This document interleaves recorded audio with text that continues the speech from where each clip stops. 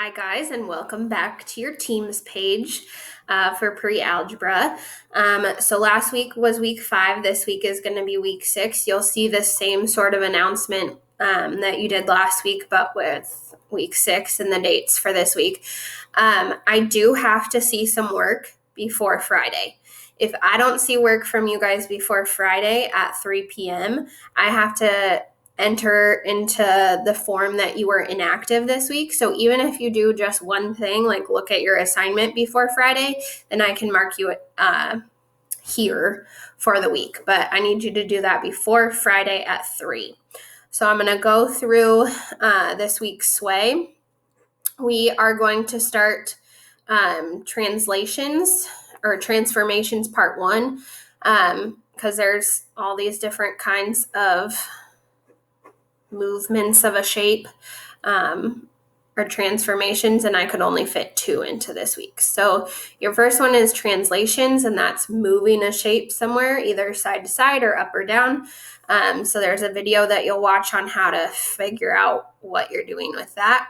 And then you'll have 2 IXL topics. So one of them is graphing. So if I click on it, I'll take you to the link and show you.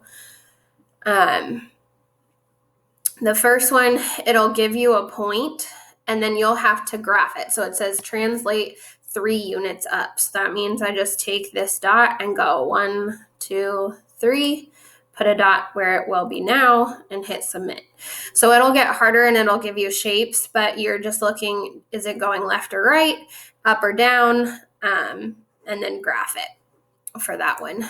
The next one is a little trickier. You're not graphing it. You're just talking about where it would go. So remember that X goes first and then Y after it. So if we're looking at this point, it says 0, -6. It's translated 3 units up. So if I'm going up, it's still going to be 0. My X value is still 0 because it's going to stay on the Y axis. And then if I'm going 3 units up from -6, it would be -6, -5, -4, -3. So my Y value is -3. So you'll complete this. Both of those are a SMART score of 75. So it tells you right there in your sway that it's a 75 this week. The next sort of transformation that you're going to look at is called a reflection. So it's either reflecting over the x-axis or the y-axis.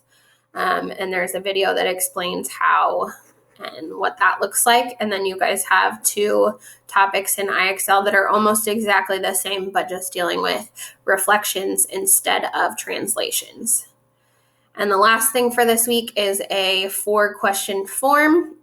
Remember that if it won't show up on your sway, you have to log in to OneView. So if you just open another tab, go to oneview.duvalschools.org, sign in here, and then go back to your sway and hit refresh right here in the corner. It'll reload the form so that it says you're logged in.